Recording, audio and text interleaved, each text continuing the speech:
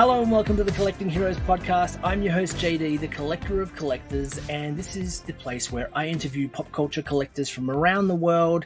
Today, we're going to ride the orange blimp to nostalgia land with my next guest. His name is Marcus Jones.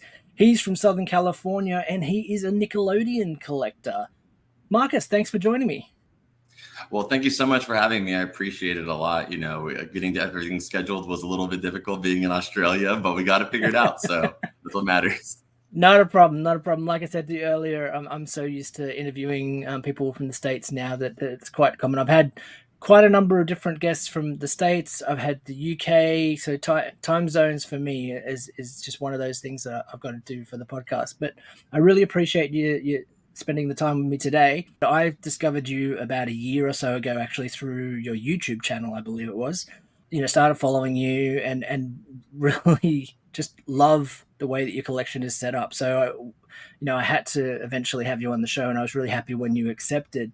But for people, who aren't familiar with you and your collection, give us a little bit of a background to you and your love for Nickelodeon. Where did that evolve from?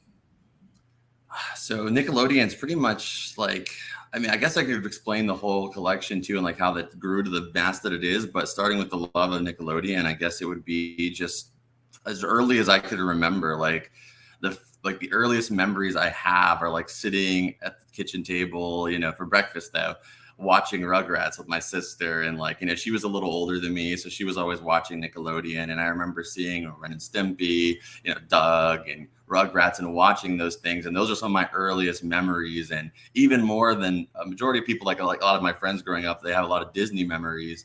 I feel like in my household, Nickelodeon was kind of it, Yeah. Nice. And so I'm familiar with some of those shows that you mentioned because late 90s was sort of where I was mostly exposed to Nickelodeon. As I mentioned, you and I a little bit apart in age gap. I know you're also a huge SpongeBob fan as well, but I'm very familiar with Rugrats, Rocko's Modern Life, obviously Ren and Stimpy. I used to be able to, and I may still be, if push came to shove, I think I might still be able to recite a number of Ren and Stimpy songs, like I think it was the Canadian Kilted Yaxman, the theme song for that as well. So I used to be able to Joy down. And happy joy, of course, yes. Was it if you ain't the granddaddy of old liars or something like that? I'm trying to remember the lines now. It's been so many years, but I used to be able to rattle them off word for word and absolutely loved them. So yeah, watching those as a kid, I noticed you've got a lot in your collection, a lot of cereal. So I imagine as a kid you're probably running out and grabbing all those different cereals as well and eating those as you're watching the show as well. Yeah, bless my mother's heart. I definitely pushed her to the extent of wanting a lot of things growing up, especially like you said, the cereals and stuff like that. And my earliest Nick memories, like you said, with like Ren and Stimpy, Rocko's Modern Life, like I watched those shows growing up, but like a lot of my memories, I was really young. So like a lot of my memories really came into like fruition with SpongeBob and Fairly Odd Parents, Jimmy Neutron. A lot of those things are what I remember the most, but they're kind of a part of me, just the sense of humor from Ren and Stimpy and, like you said, Rocko, Angry Beavers, all of those shows, like you still saw them on even in those eras. And I went back and watched a lot of those things now. And, I could just appreciate them so much more because like when I was watching them, I was like barely coherent because I was, very young, but now I can, fully absorb them. And I'm just like so grateful for the time that, we got to grow through that, that period of time is just so beautiful. And I feel really lucky and blessed to have had that childhood. I've also got a younger sister who's not much older than yourself. And I remember, like I said, my teen years, obviously seeing Rocko's Modern Life and Ren and Stimpy and everything. But then when she was younger and during my 20s, I remember like sitting down and watching Nickelodeon on the cable TV over here in Australia.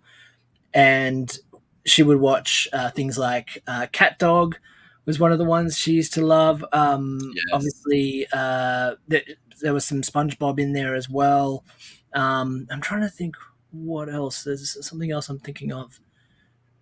Invader Zim was another one as well. But Yeah, I so like remember really that like late 90s, early 2000s era. early 2000s, yeah, sort of that early to yeah, definitely to 2005 ish, sort of around up to about Yeah.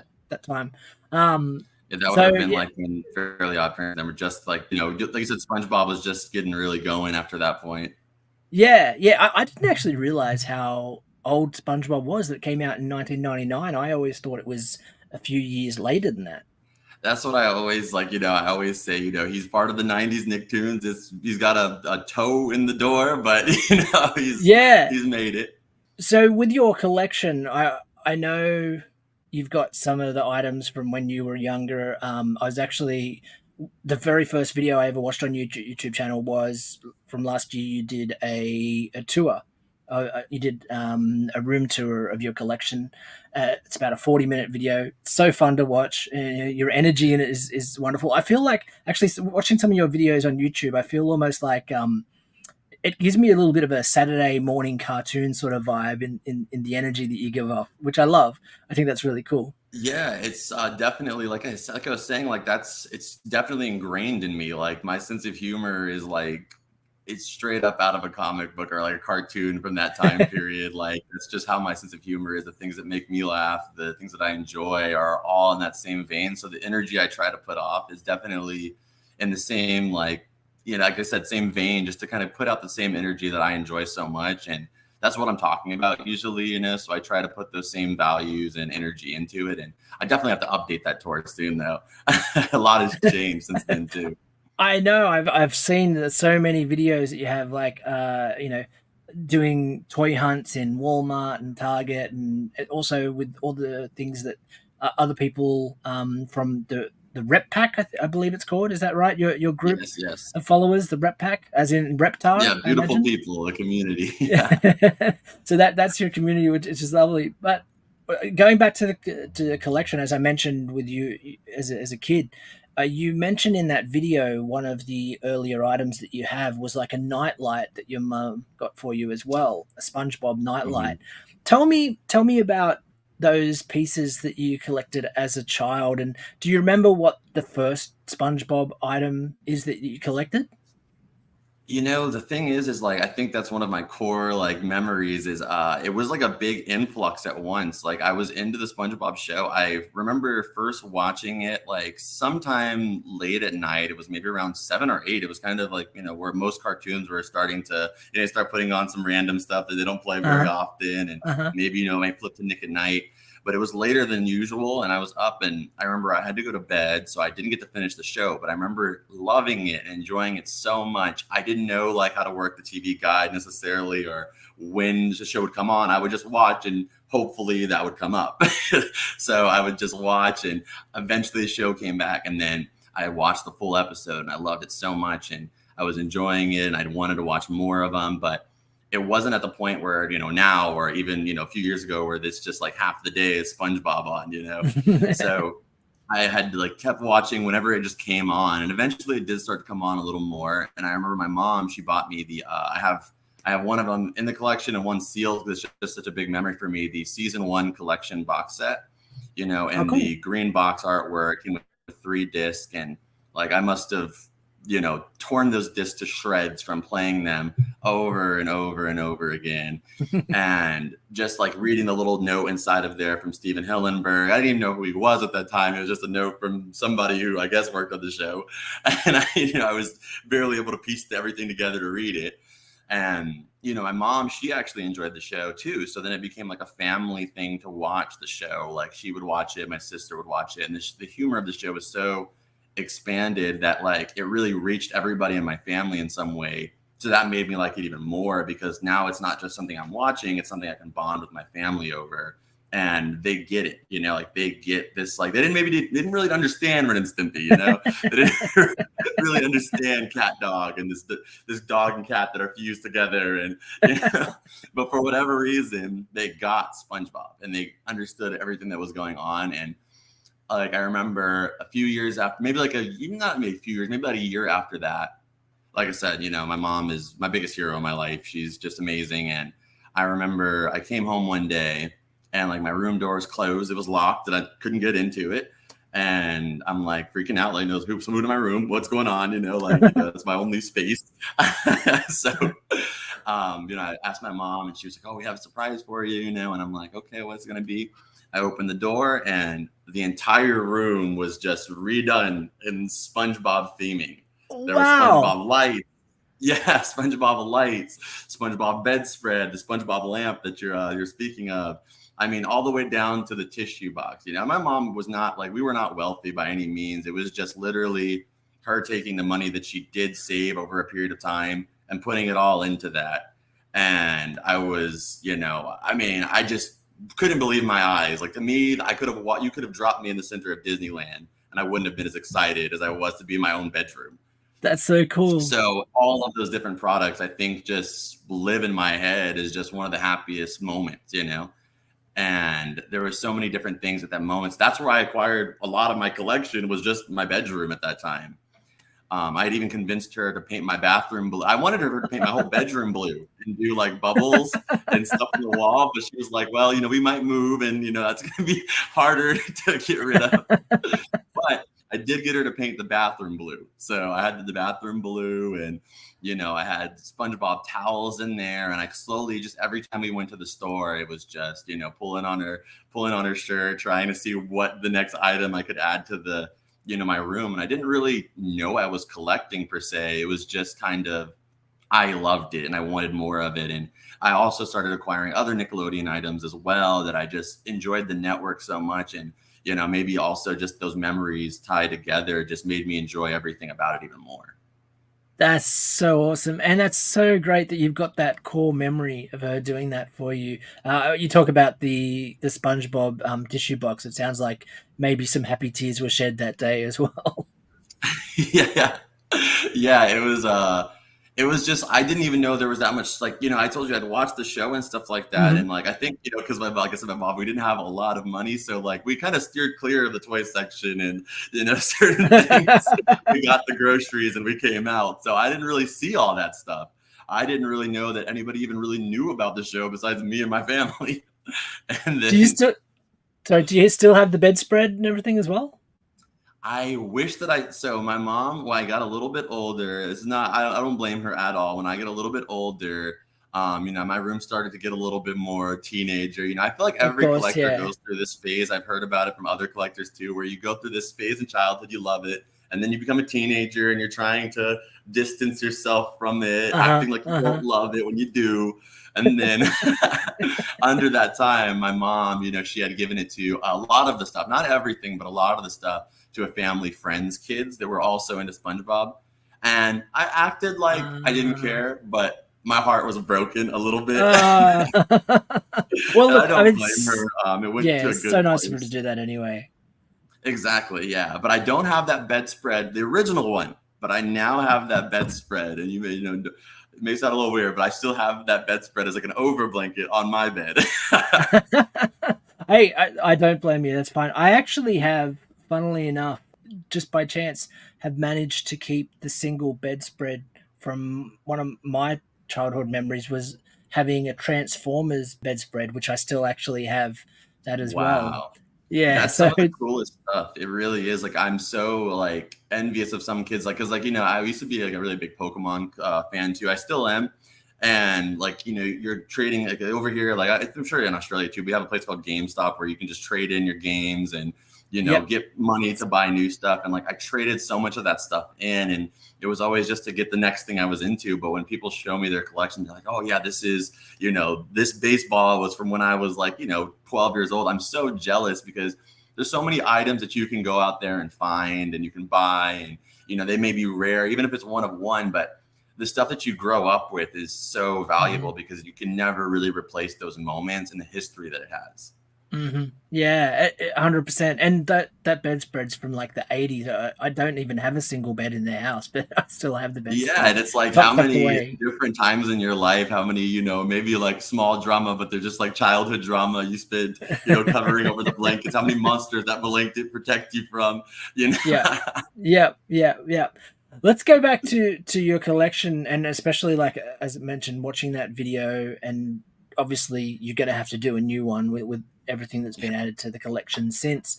But in it, you actually mentioned that your goal is to have the biggest SpongeBob collection, I believe. Is that correct? It's a crazy goal, but I would like for that to happen because it's a tough goal to accomplish because I think Batman's kind of similar as you. I know you collect Batman. It's like if you can think of it, there might be a SpongeBob product for it, you know? Like, Yeah. down to everything. So there's actually a few people out there that have some really big collections. Like I know I definitely have one of the biggest as far as quantity goes, but I would love to be able to get that, accomplished. It's just kind of tough because it's like you have to get a lot of work done to submit it to Guinness for like a world record or anything like that. It's a very like difficult process to go through. And not only just that, there's the voice actor who does Squidward, Roger Bumpus. He also is trying to create the world's biggest SpongeBob collection. And he's got quite the advantage there, Yeah. But if That's almost unfair. Exactly. If I have to have the second place collection, I would be honored to be under Roger Bumpus. Well, I tell you what, if no one submitted it to Guinness World Record, you've only got to be first, right? Like, you don't have to necessarily have the biggest. And I've had 2 Guinness World Record holders on the show already. I had the Wizarding World, the original Wizarding World title holder from Wizarding World memorabilia, and also the current Ghostbusters memorabilia record holder as well. And That's incredible. and you can imagine how big some Ghostbusters collections out there are. He's got around 1,100 items in his collection. How many items would you estimate you're at the moment? Somewhere between maybe 2,000 to 4,000. There you go. You've only got to be the first one. Now, as you mentioned, and I've spoken about this with them, it is obviously quite the process in terms of documenting everything, photographing everything, getting it verified and submitting it. It's all quite the process. Something I'm sure you could document if you wanted and do it as a video series or something. But exactly, that's kind of the plan we have working on. Yeah, I as I said, you don't need to necessarily have the biggest collection, but you just need to be the first one to submit it and get it verified. And you could literally have that plaque, that certificate on the wall, and be the first one to I'm okay with getting beat eventually, as long as I get like one of them in there. Like you said, I don't think there's currently anybody holding the record. So like you said, if they're willing to validate it as a record, then I should hopefully be able to get that done. And what I do plan to do is like one of my favorite things about it, and probably why the collection has grown as big as it is I love connecting. And I'm sure that's why you do your podcast and your Instagram as well, is like being able to connect with other people with the same interest.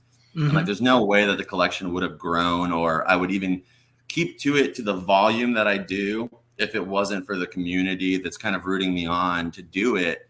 And so many times where I can show an item in a video and it's able to unlock a memory for somebody and just make them smile and make them, make their day a little bit better. That's what keeps pushing me going, because, I feel the same way. Like I feel the same way as I do in my videos. Like I'm so excited in the videos because genuinely that's what everything just pulls out of me. Like when I'm in this room, like, I come in my house and it's like, I have to deal with the normal adult life stuff you have to deal with, but as soon as I go in that room, and I'm sure the same thing for your collection room, you get in there, your brain just clicks and you're in this place of just joy, and it's hard to be, in any other type of mood besides excited.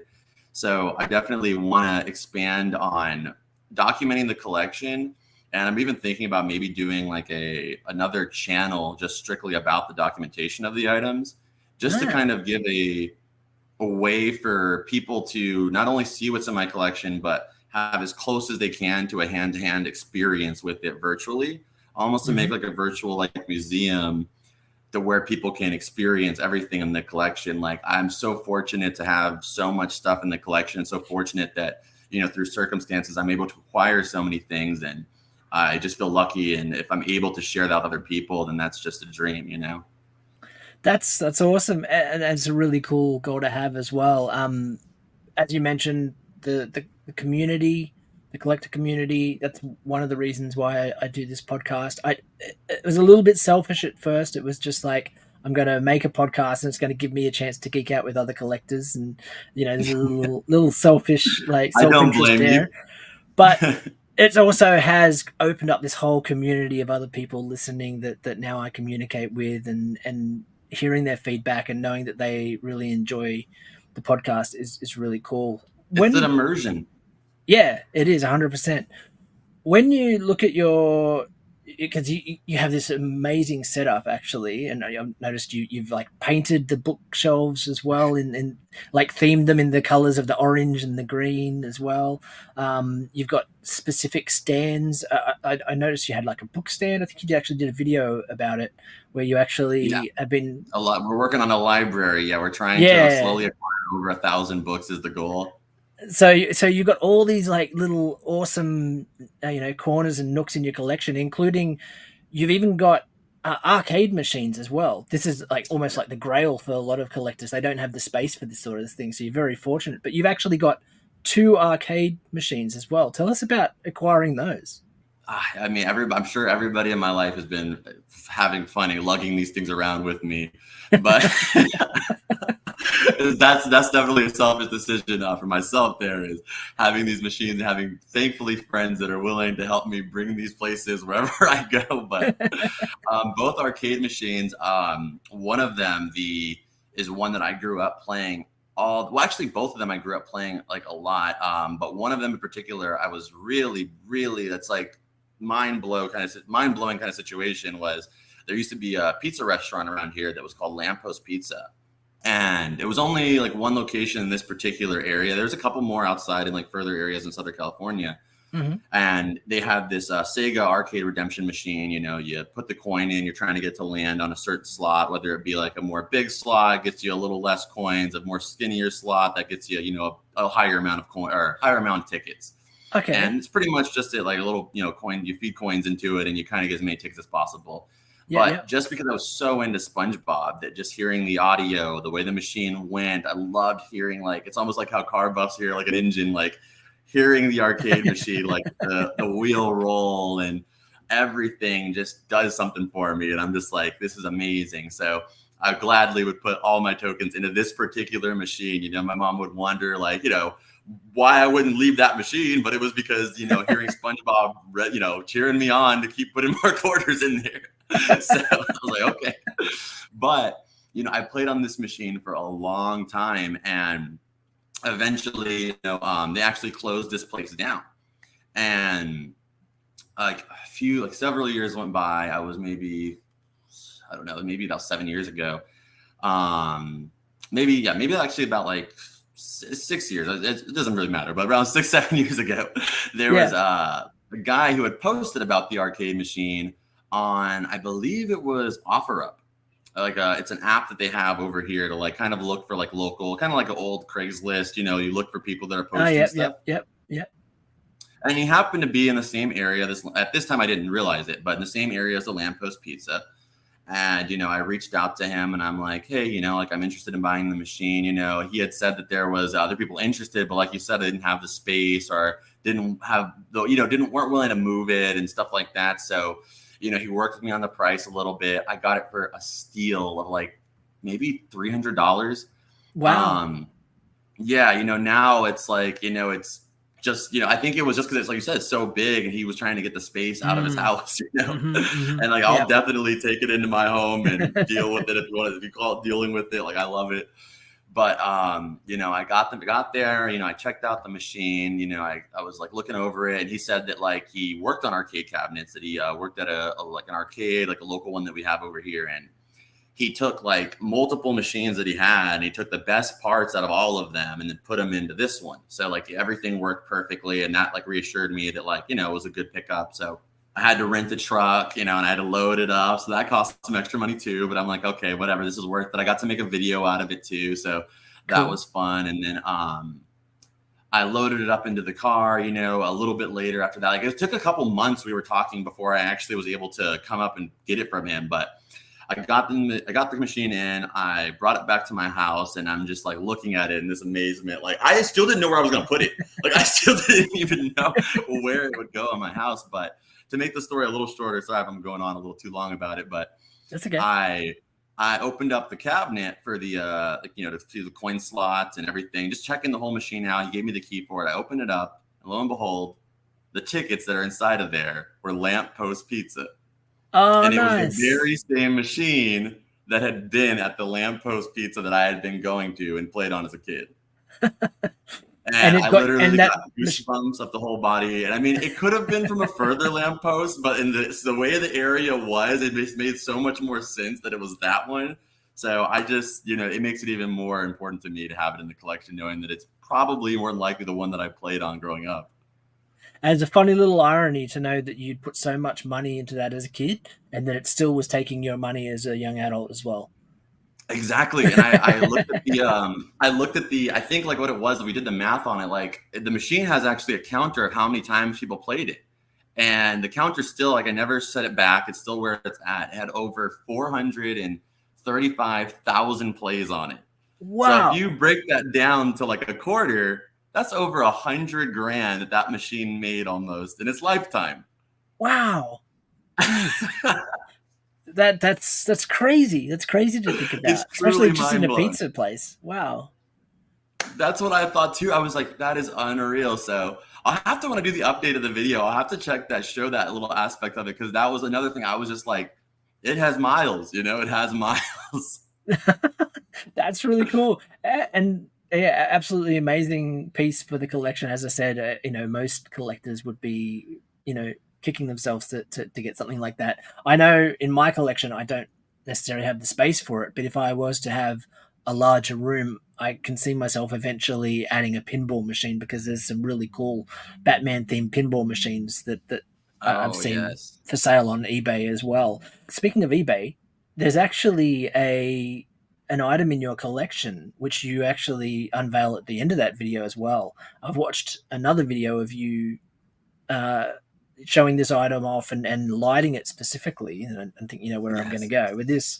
But you have an item that you didn't just have to drive down the road to pick up. You actually had to get from the other coast of the US to put in your Tell me about the sign. Yeah, I'd say the sign is probably one of, if not the most iconic item in my collection, that usually whenever anybody mentions my collection or we're talking about it, the first thing that comes up or that comes to mind is the sign. It's kind of like the mascot, so to speak. When I first reached out to the guy about the sign, I didn't really know a lot about the history on the sign, but I could tell that the quality on it was just so nice. There was no way it was like some kind of reproduction or like, it just, they don't make stuff like that for Nickelodeon quite yet, especially the time that I got it. So I reached out to him, asked him about it, and he had told me that he got it from like a mall, that somebody else had got it from the mall, and they gave it to him, and he had it in storage for like over 8 years, and it was just collecting dust. But he told the person that originally had it that there was 2 signs of the same sign for the same place, but one of them they had like in like basically like a storage space kind of to replace the other sign. But they cut that one in half, unfortunately, and they threw it out. And this person put it in their truck and just took it home. So the sign, I had to get it shipped all the way from New Hampshire, which from the U.S. map, if you look at that, like besides being in New York, is about as far as you could possibly be from Southern California. Yeah, 100%. And the sign weighs about 200 pounds because it's all metal. The whole sign's metal, besides the actual letters that are like out of like maybe like either plastic or some kind of porcelain.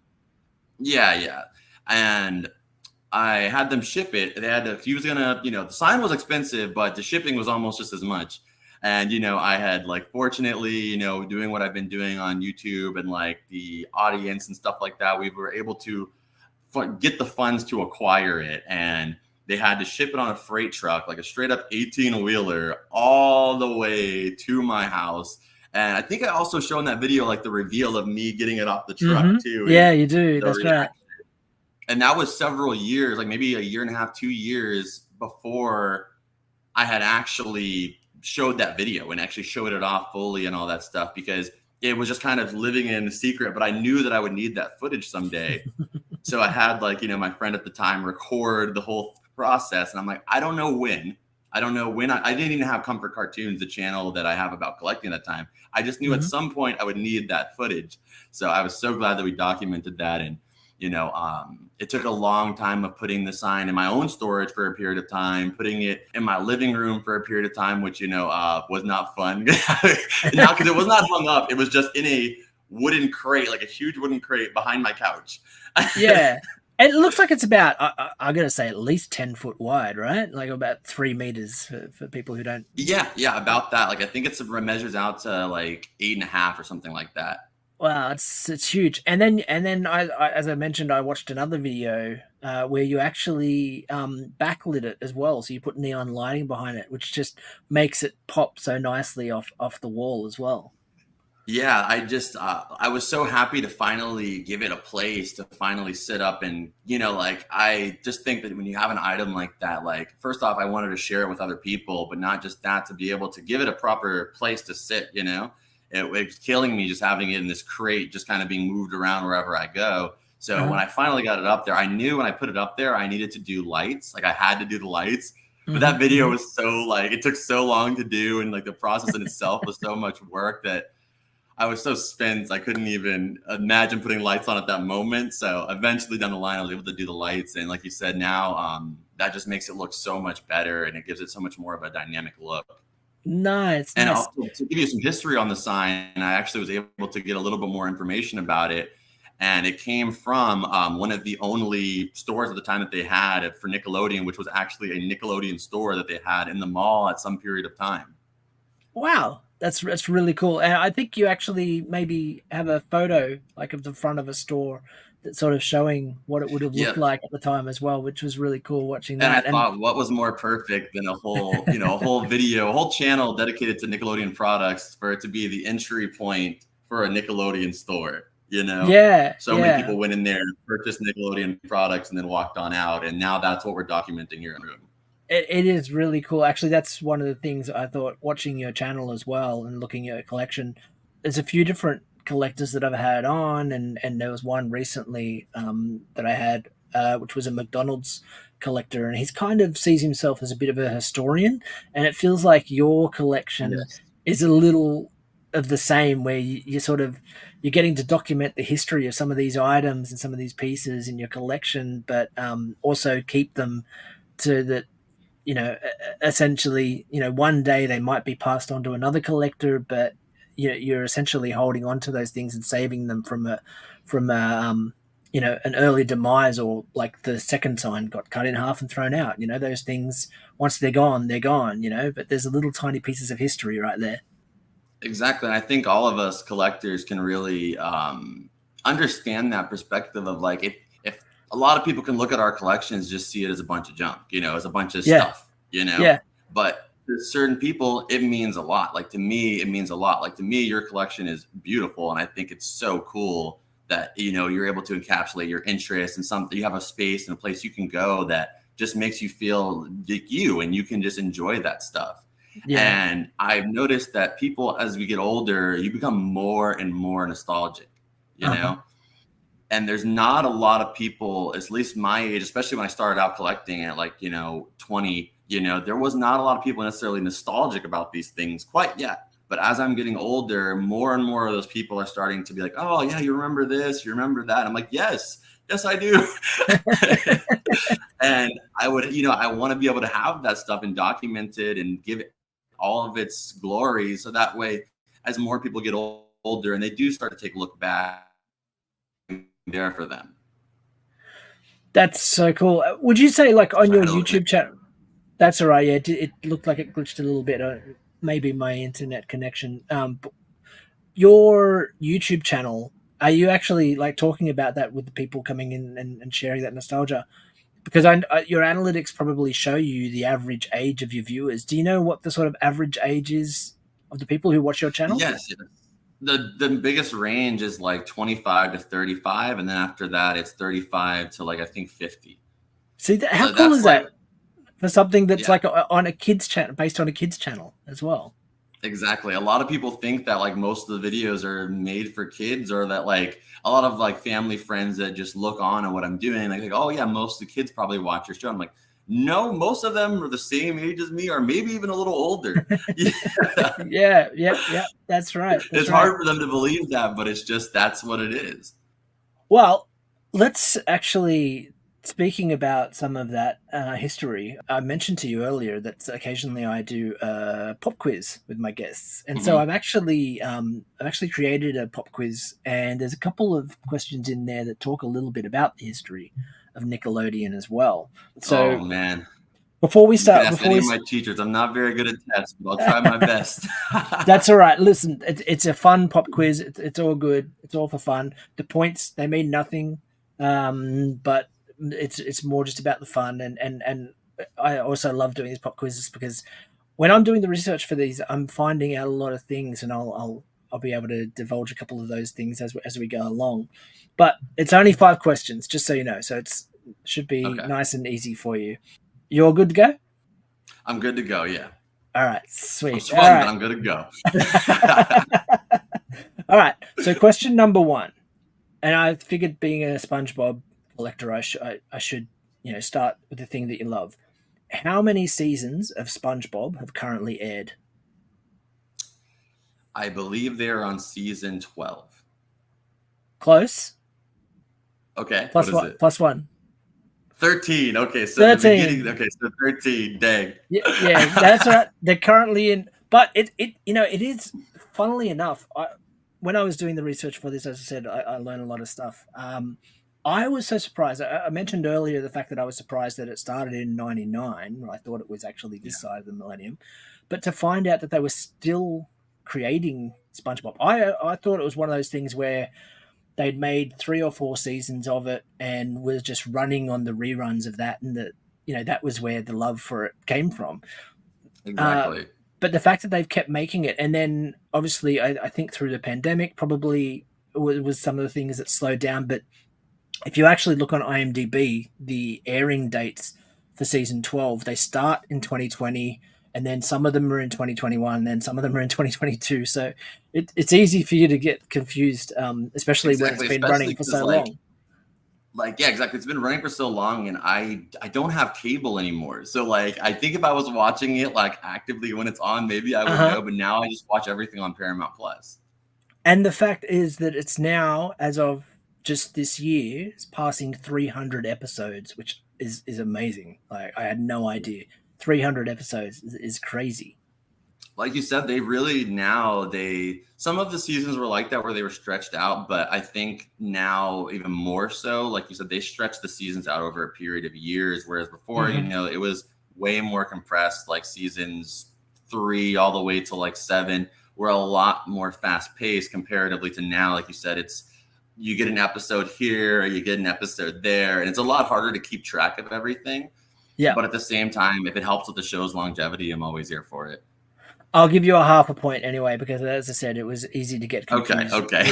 with the way they stretched those seasons out. But yes, 13 episodes over 300, 13 seasons over 300 episodes, which is Okay. crazy in my mind, but really cool.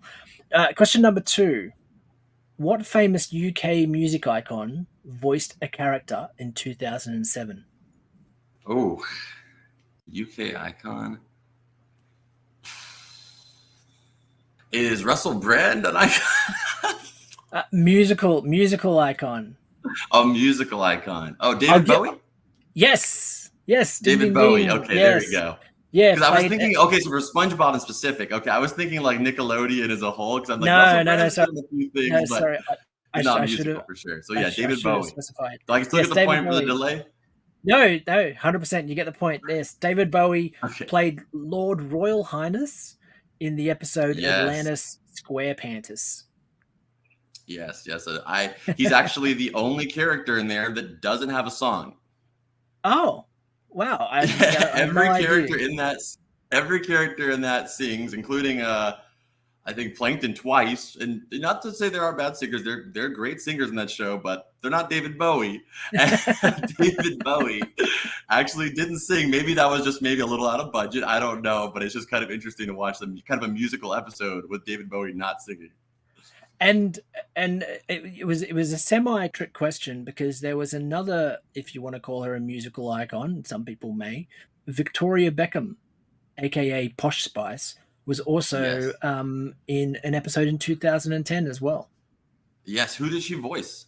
I did not see that part, Okay. unfortunately. I'd I written remember that this as down. well, but I'm trying to recall who exactly. Yeah, but Yeah, but I did see that she was also listed on people that had voiced to the show as well. So I was quite surprised to see that. Question number 3, and you're going pretty well so far, so you should be happy. 1.5's not bad. I'm passing so far. So far. Yeah. This one might be a little bit of a deeper cut, but you may know this one. Where does the name Nickelodeon come from? Nickelodeon comes from the old nickel machines, where you put in a nickel into an old video machine, and you get a little snippet of a revolving image that slowly starts to move, and that's essentially where it all came from. Yeah, and it was also the nickname given to cinemas with an admission fee of 1 nickel as well. Yes, yes. Yeah, Uh, nice, nice. All right, there you go. You're at 2.5 points already. So you've already, like, technically that's a pass mark, right? Like okay, okay. 50%. So you can relax now. Relax now. 2 more questions to go. A little bit deeper cut again here. What year did the Nickelodeon Kids' Choice Awards get its start? Oh man, I know it's like late. This is I before feel you like were it's got to born, be actually. like, yeah, yeah. So I'm gonna go with like maybe 89, Ooh, you're so close. 87. 88. 87. Oh, I knew it was late 80s, but I couldn't put a finger on because I'm thinking in my mind about like the Nick magazines, how far back they go, and I'm like, okay, the earliest one I can remember the Kids' Choice Award is like the 90s, and they start to go back, but then it stops before the Nickelodeon magazine was started after that point. So I was like, okay, it has to be somewhere around there, but I'll give you a point because you said 88, because I believe that 87 was when they first did the awards, but the first time it was called the Kids' Choice Awards, I believe, was 88, based okay. on what I was reading. So I'll give you a point anyway for that. As I said, You're being very generous with the points. I it was appreciate it, that. it was before you were born anyway. And an interesting thing about that as well, the current trophy version, which people who are familiar with the Kids' Choice Awards would be familiar with, is the orange blimp, which I had no idea is a kaleidoscope as well. How cool is that? Yeah.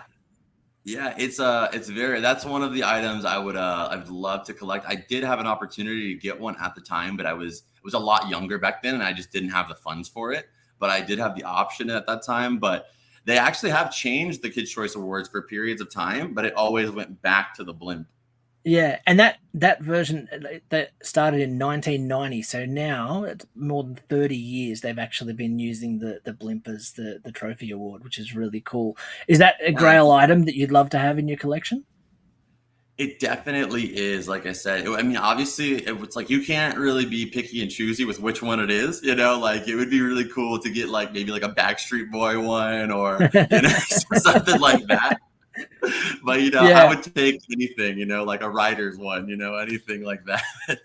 it would be a lot of money for like a Justin Timberlake one or something, I imagine.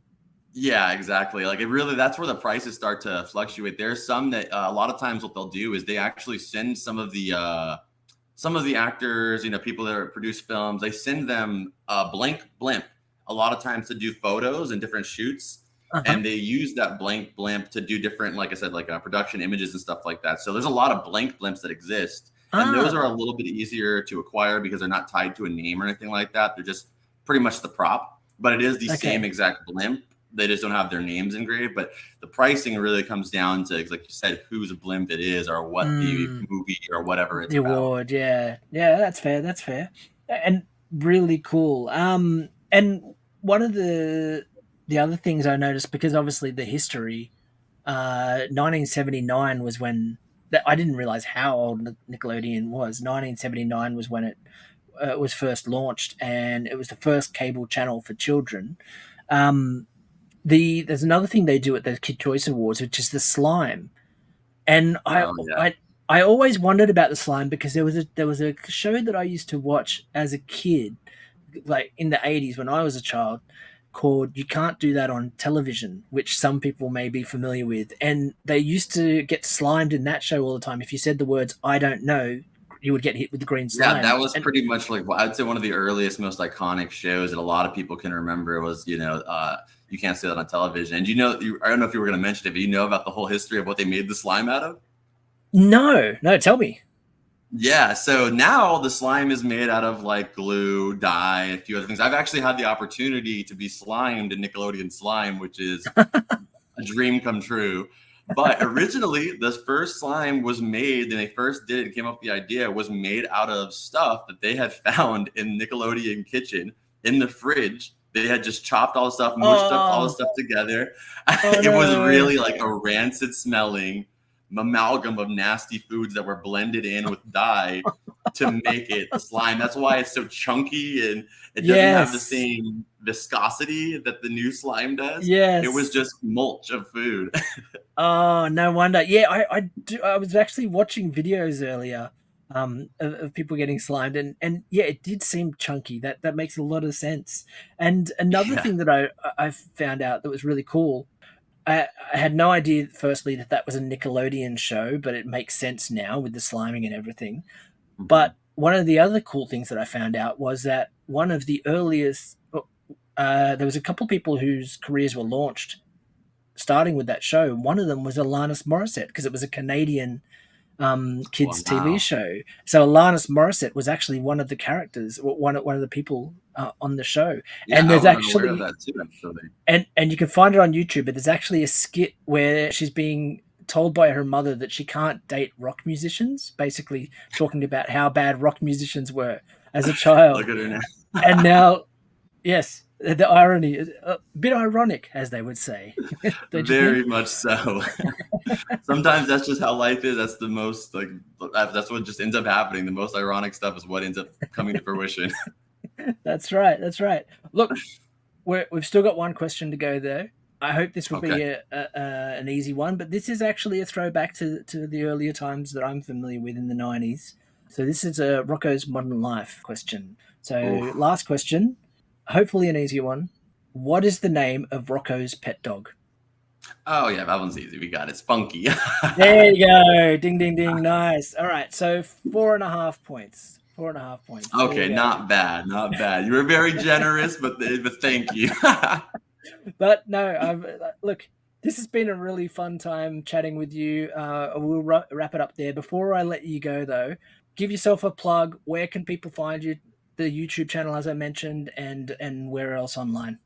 Yes, I'm all over the internet. I've got 3 different YouTube channels. You can check out ADHD's World, where I do a lot of crazy stuff. I do anime channel, which is based up around anime called Anime Avenue. But the place I want people to go the most right now, and definitely for this community here, would be Comfort Cartoons.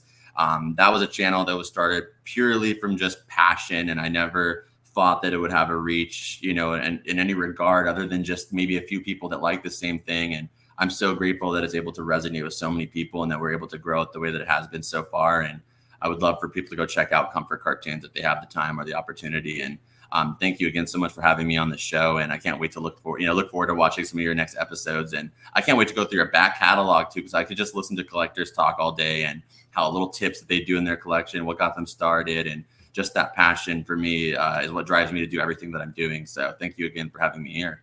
No, you're welcome. Thank you so much for your time. It's been my pleasure, as I said, all the collectors that come on here because it is really cool to be able to actually chat about the things that we love together. So thank you very much, and I hope you enjoy the rest of your day. I hope you do too, and I hope everybody listening to this does as well. And I'm going to send some of the rep pack over here, so just know you guys, I love you guys too. If you liked the episode, please consider following or subscribing wherever you listen to your podcasts. You can also join me on Instagram at Collecting Heroes, where you can see photos of the collections of people that I'm talking to, as well as some of my own.